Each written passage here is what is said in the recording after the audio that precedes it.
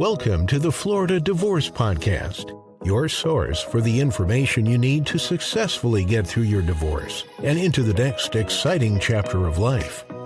Now, here's your host, Attorney Scott Kalish.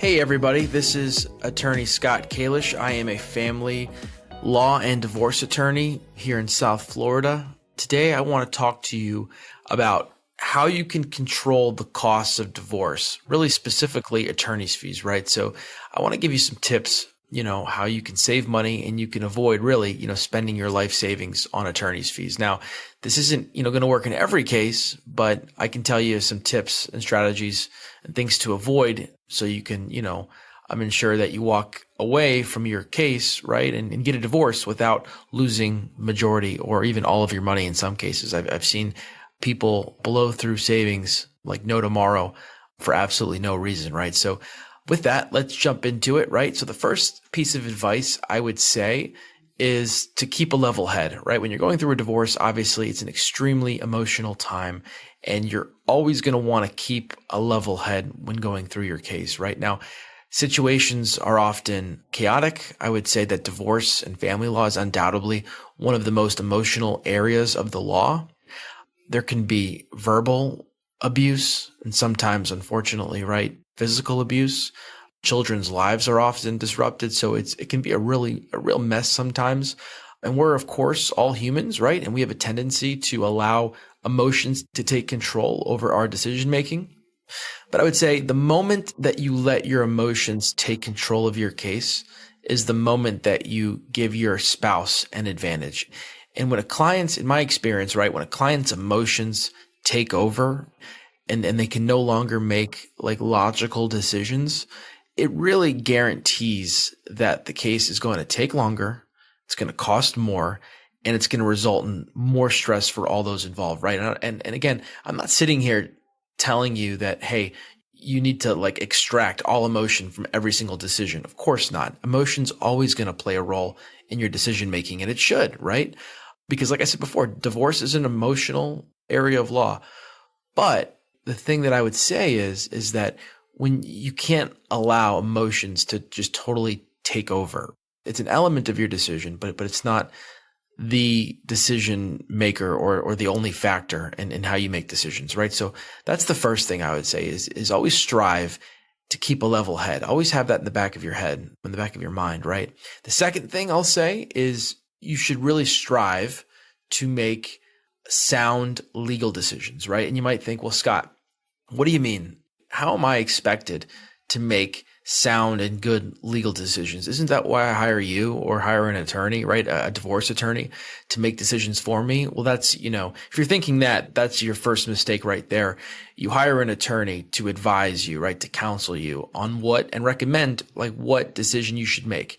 But ultimately, I tell all of my clients that you're the captain of the ship. I can just tell you sort of like, the wind direction, right? And help you navigate through this case, but I will never, and I can't ethically make a decision on your behalf, but I encourage you to make good legal decisions, right? So how do you do that? We learn this really, from the very first day of law school, right? As lawyers, how to make good legal decisions and how do we anticipate how a judge is ultimately going to make a decision, right? And it's really, when you boil it down, it's really a simple process, how to make a legal decision. It's basically, you look at the facts, right? You look at the facts of the case, and you look at the law and you analyze and you compare how the law is going to apply to the facts of your case, right? And that's essentially how we make legal decisions, right? So when you're presented with a significant legal decision to make, you always have to determine, all right, number one, what's the law, right? And then number two, what are the facts? Specifically, what are the relevant facts, right? We don't care about the facts that are completely irrelevant to this specific issue, but we want to know, hey, what's the law and what are the facts? And we have to basically, essentially apply the law to the facts. That's how we make good legal decisions, right? So the reason why I say you got to make good legal decisions is because if you don't, right, if you make poor legal decisions, right, if you make decisions that are not based on the law or not based on the facts, i.e., right, example, weak decisions, then those are definitely going to be challenged, or way more likely to be challenged in court, and will most likely result in unnecessary litigation, right? Because you're going to have an attorney go into court and defend this crazy, unsupported legal decision that you've made, or legal position that you've taken. And that's going to cost a lot of money to have an attorney go to court and defend this. And then also, it's not a good financial decision, because if it's a weak position that you're taking, then you're probably going to lose on it. But to the contrary, right, the other side of the coin is, if you make good decisions, strong decisions that are based on both the facts and the law, then those are probably not going to be challenged as much. And if they are challenged, there's a good likelihood you're going to prevail. So when you hire an attorney to go to represent you in your case, you have to ask them. You have to say, hey, listen, what is my decision, right? Is my decision strong, and is it supported by the law? And are the facts of my case in such a way that the law supports the position that I'm taking, right?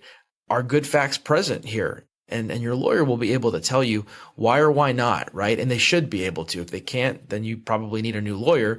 But if they can, then that's ultimately, what you use to determine whether or not you're making good legal decisions. You use your attorney to advise you on that, right? Your attorney knows the law. And if your attorney doesn't know the law, they know where to find the law. And then it's up to you to make sure that they know all of the facts. And once those two things are present, right, they can give you, a recommendation, or they can counsel you, right? And then it's up to you to make the ultimate call. But that's what I would say, is to strive to make really good legal decisions. And once you do that, your spouse is really at their own peril in terms of whether or not they want to challenge you. Okay.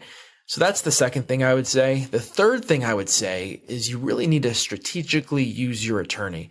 What do I mean by that? Well, I love speaking with people. I love my clients, most of them, right? Some people are a little out there, but the vast majority of my clients, I really enjoy working with them, and I enjoy hearing their stories, helping them through their problems. But with that said, right, I'm not a mental health therapist. I'm not a mental health professional. So clients that want to use me as a sounding board for personal issues that I really have no qualifications to help with, not the best use of their time. They want to use me for what I am, an expert in family law and divorce law, right? So that's what I mean by strategically using your attorney. So when people want to use me as a therapy session, definitely not the best use of your money. And it's going to tie me up to where I may not be able to really work on the legal aspect of your case if you're only using me for therapy. It's going to tie me up, and you definitely don't want that. You want me focusing on the legal aspect of your case, not therapy. But again, I love discussing their people's issues or client issues, right, and helping them through their problems. But there's definitely a line, and with divorce and family law, it's definitely an interesting area to where sometimes I am a therapist, a very limited therapist, right, where I kind of hear emotionally what's going on and I help them through their issues, but from a legal perspective, if that makes sense. So I would say the last sort of piece of advice that I have in terms of controlling costs is let the therapist be the therapist and let your attorney be the attorney.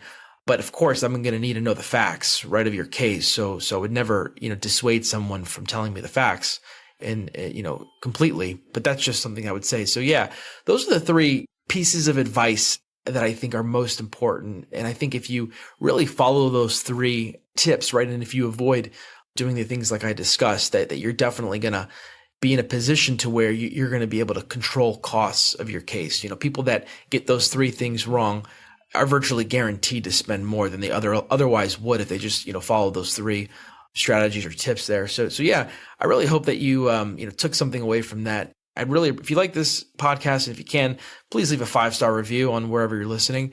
And if you have a question for me, don't hesitate to reach out to me. I'm happy to answer questions. Several people have reached out. And, if you want to work with me, also reach out. I'm happy to help you. My email is scott@kjlawfla.com. Again, scott@kjlawfla.com. Thanks, and take care, guys. Thanks for listening to the Florida Divorce Podcast. To learn the 10 secrets behind every successful divorce, visit floridadivorcepodcast.com.